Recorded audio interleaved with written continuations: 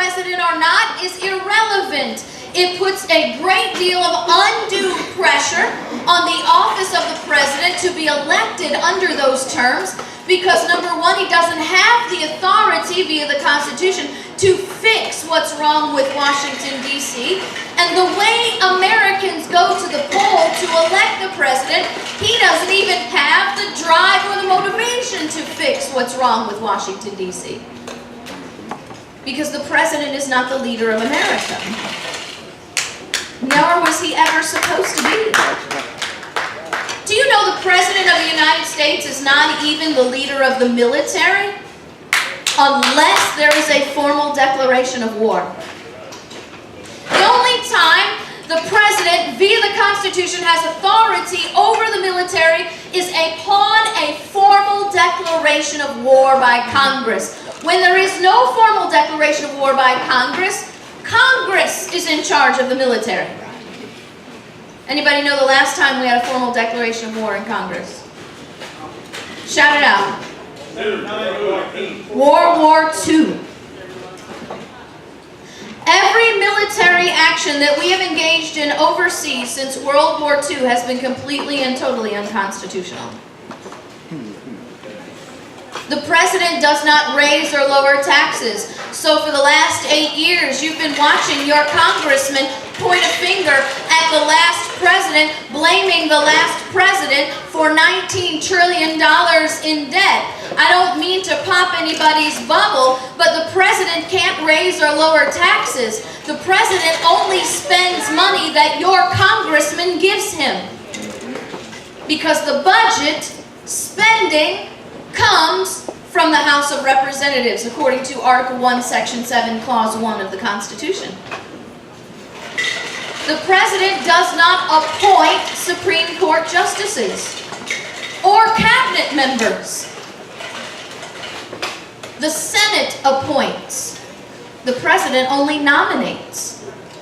So if you don't like certain Supreme Court justices or justice on the bench, you can't blame the president for that. You need to point your finger at your senator who put them there.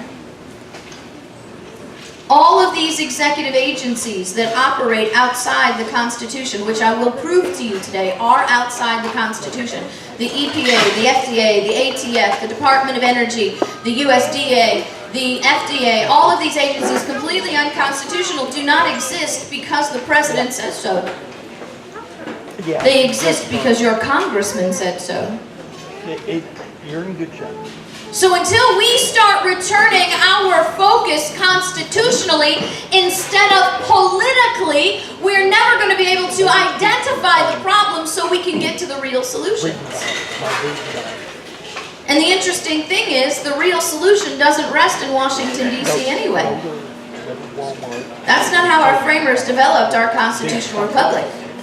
I will prove to you today that the ultimate check and balance and the supreme power in the United States rests in the state and local governments and not in Washington, D.C. That's right.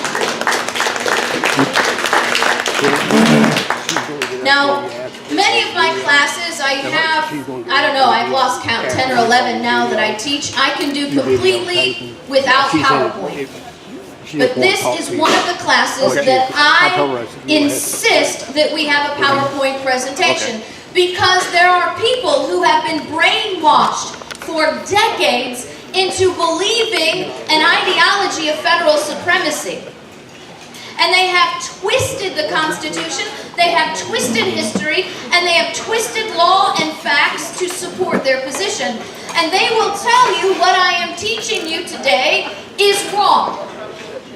They will tell you that what I am teaching you today is simply based on my opinion or my interpretations of history or my interpretations of the Constitution. And we all know that the Constitution has many interpretations, right? No. I teach this by PowerPoint because I want you to be assured that I am not teaching you anything. This is not a class based on opinions or interpretations. This is a class based on history, based on fact, and based on the words of the men who created the document. You will hear from them. I am simply facilitating this education. They are here to teach you, not me. Do you know that there is an Amish farmer in federal prison right now because he made a salve out of chickweed for his friends and family members? Nobody died. Nobody got sick. And nobody even got a rash from this salve. The problem is, the FDA said his label was wrong. And the FDA wants him to spend the rest of his life in prison over a labeling error. Wow. We still have political prisoners in Oregon and Nevada in prison being held without bond. As a prosecutor in the state of Florida for over a decade, I can tell you that there are people who have been accused of murder who were let out on bond before their trial.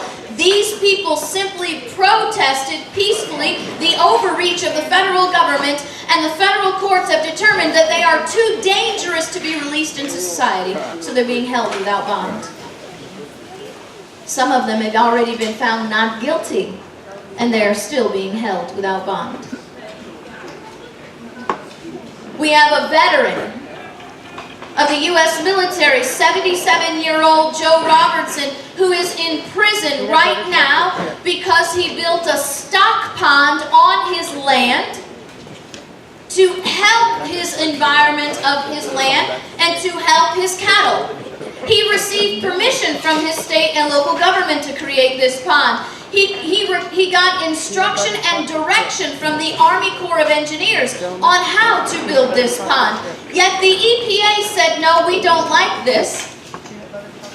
So we're going to prosecute you for violations of the Clean Water Act. You see, there's a river 6 miles away from your stock pond that we believe your stock pond is polluting. And so now we will prosecute you. Mr. Robertson didn't have enough money to hire his own attorney. He got a federally appointed defense attorney who decided that the EPA's evidence was more credible than his own expert witness and dismissed the reports by his expert witness that said not only did Mr. Robertson Pond not pollute that land, that water, it actually improved the environmental conditions of his land. And because his defense attorney refused to even use his own expert witness, because the EPA manufactured data and lied under oath in a federal courtroom, Joe Robertson is in prison now and will probably spend the rest of his life there over a stock pond. Do you want to hear the big kicker? The Clean Air and Water Act has a section that excludes stock ponds from their jurisdiction. The Clean Air Water Act is not even supposed to govern stock ponds. And yet here